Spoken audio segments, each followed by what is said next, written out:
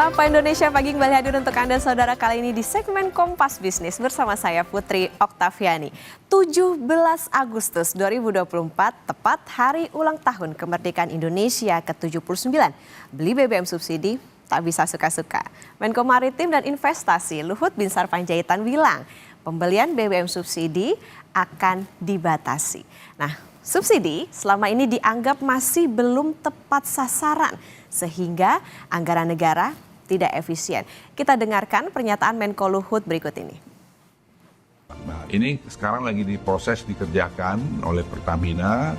Nah, kalau ini semua berjalan dengan baik, itu dari situ saya kira kita bisa menghemat lagi dan juga pemberian subsidi yang tidak pada tempatnya. Itu sekarang Pertamina sedang menyiapkan. Kita berharap 17 Agustus ini kita sudah bisa mulai di mana orang yang tidak berhak dapat subsidi itu akan bisa kita kurangin. Kemudian masalah penggunaan bensin. Kita kan sekarang berencana ini mau mendorong segera bioetanol masuk menggantikan bensin supaya polusi udara ini juga bisa dikurangin cepat karena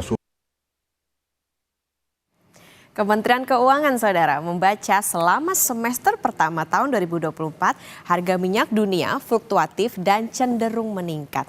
Nah, kemarin minyak mentah jenis WTI naik ke $82 per barrel, sedangkan jenis Brent mendekati $85 per barrel. Apa sih dampak kenaikan harga minyak mentah dunia bagi Indonesia? Nah, dari sisi fiskal saudara, setiap kenaikan minyak $1 per barrel, maka pendapatan negara naik 3,3 triliun rupiah. Nah, sebaliknya ya, bagi Indonesia yang masih impor, kenaikan harga minyak $1 per barrel juga berarti belanja negara atau belanja beban negara itu naiknya sampai 9,2 triliun rupiah.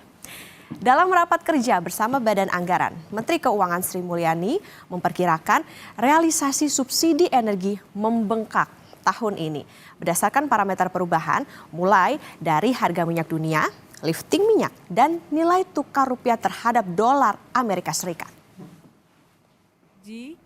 Dalam hal ini diperkirakan akan mengalami kenaikan dengan beberapa parameter perubahan yang tadi telah disampaikan, harga minyak maupun dari sisi lifting dan juga dari sisi nilai tukar. Namun sampai hari ini masyarakat masih menikmati harga subsidi yang relatif stabil meskipun terjadi perubahan parameter. Ini menyebabkan APBN memang yang harus mengemban bebannya.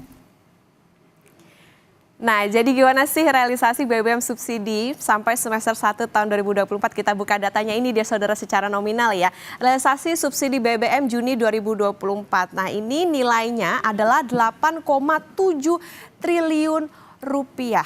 Kalau secara volume itu 7,16 juta kiloliter. Nah, Menko Luhut bilang saudara, subsidi BBM selama ini masih belum tepat sasaran.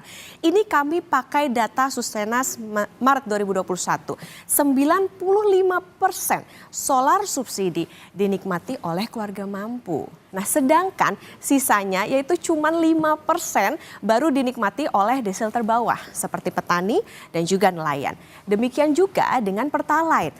80% loh, ini dinikmati oleh keluarga mampu, sedangkan hanya 20%-nya yang dinikmati oleh 4 desil terbawah. Menteri BUMN Erick Thohir bilang pemerintah berkomitmen mengurangi impor BBM dan mengutamakan penyaluran subsidi tepat sasaran. Pemerintah juga mendorong penggunaan mobil listrik serta penggunaan bioetanol. Pembatasan tidak ada, kan jumlah penduduk Indonesia makin banyak gitu.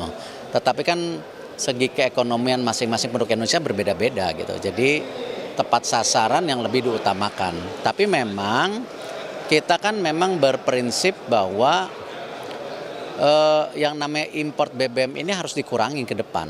Kita harus swasembada energi. Nah, salah satunya pemerintah mendorong penggunaan mobil listrik. Tetapi di situ tidak cukup, makanya didorong juga penggunaan ke depan bioetanol. Itu tadi kata Erick Thohir. Tapi kalau Menteri Koordinator Bidang Perekonomian Erlangga Hartarto bilang pemerintah masih membahas wacana pembatasan pembelian BBM bersubsidi termasuk konsekuensi fiskalnya. Kita akan rapatkan lagi. Belum menunggu revisi Perpres 1 ini, Pak. Ya, Jadi akan pembatasan subsidinya bagaimana Pak? belum. Pak, campuran yang 5% itu kapan Pak? Ya itu dikaji lagi sama Pertamina dan kesiapan daripada Pertamina untuk tangki dan yang lain. Kalau siap baru kita luncurkan. Tunggu, kita kan harus rapat koordinasikan dulu. Pertimbangan Ya. apa saja Pak hitung-hitungannya Pak?